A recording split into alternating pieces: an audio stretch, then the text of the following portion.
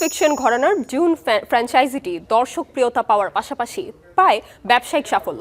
সম্প্রতি আরেক science fiction ঘরানার প্রসিদ্ধ নির্মাতা স্টিভেন স্পিলবার্গ জানিয়েছেন ভেনিস ডিউনিভের ডিউন তার সর্বকালের প্রিয় সায়েন্স ফিকশন চলচ্চিত্রগুলোর মধ্যে অন্যতম। নিজের আসন্ন science fiction cinema disclosure day এর প্রচারণাকালে এমন বক্তব্য দেন এই কিংবদন্তি নির্মাতা। আরও জানান, সিনেমাটির তৃতীয় কিস্তি দেখার জন্য মুখিয়ে আছেন তিনি।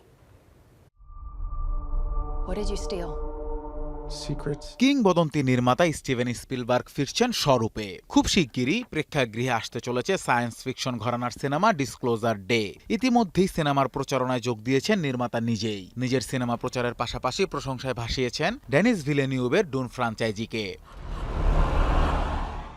সম্প্রতি জনপ্রিয় ব্রিটিশ ম্যাগাজিন এম্পায়ারের প্রথম পাতায় উঠে আসে স্টিভেন স্পিলবার্গের আলোচিত এই সাক্ষাৎকার, যেখানে ডুন সিনেমার প্রত্যেকটি চরিত্রের প্রশংসা করেন তিনি। সম্প্রতি ডুন ফ্র্যাঞ্চাইজির দুটি কিস্তি আমার দারুণ লেগেছে। এগুলো শুধু সাম্প্রতিক সময়ের নয়, আমার দেখা সর্বকালের প্রিয় সায়েন্স ফিকশন সিনেমাগুলোর মধ্যে অন্যতম, বিশেষ করে দ্বিতীয় কিস্তিটি। এ বছরের শেষের দিকে ডুন ফ্র্যাঞ্চাইজির তৃতীয় কিস্তি মুক্তির কথা রয়েছে। সিনেপ্রেমীদের পাশাপাশি স্পিলবার্গ নিজেও অপেক্ষমান ডুন পার্ট 3-র গল্প উপভোগ করার জন্য। এমনকি সাক্ষাৎকারের সময় প্রশংসায় পঞ্চমুখ ছিলেন সিনেমাটির নির্মাতা ডেনিস ভিলেনিউভের। আমার মনে হয় ডেনিসের বানানো সেরা সিনেমা হলো ডুন পার্ট 2। আমি তৃতীয়টি দেখার জন্য অধীর আগ্রহে অপেক্ষা করছি। আমি নিশ্চিত তিনি আমাকে আগেই সিনেমাটি দেখাবেন। আমি তার অনেক বড় একজন ভক্ত। সিনেমার পাশাপাশি ফ্রাঙ্ক হারবার্টের লেখা ডুন সিরিজের বইগুলো পড়তে বেশ ভালোবাসেন নির্মাতা স্পিলবার্গ। আমি ডুনের বইগুলো ভালোবাসি।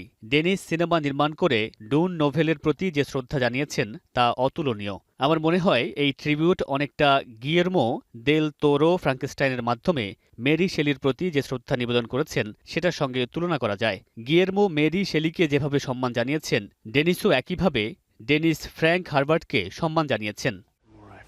2018 সালের পর নিজের ধারায় অর্থাৎ সায়েন্স ফিকশন সিনেমায় ফিরছেন স্পিলবার্গ। তার আসন্ন ডিসক্লোজার ডে 12 জুন মুক্তি পাবে প্রেক্ষাগৃহে। অন্যদিকে নির্মাতার বক্তব্যে উঠে আসা তার সবচেয়ে প্রিয় সিনেমা ডুন ফ্র্যাঞ্চাইজির পার্ট 3 আসছে 18 December. Anas Imran, star entertainment.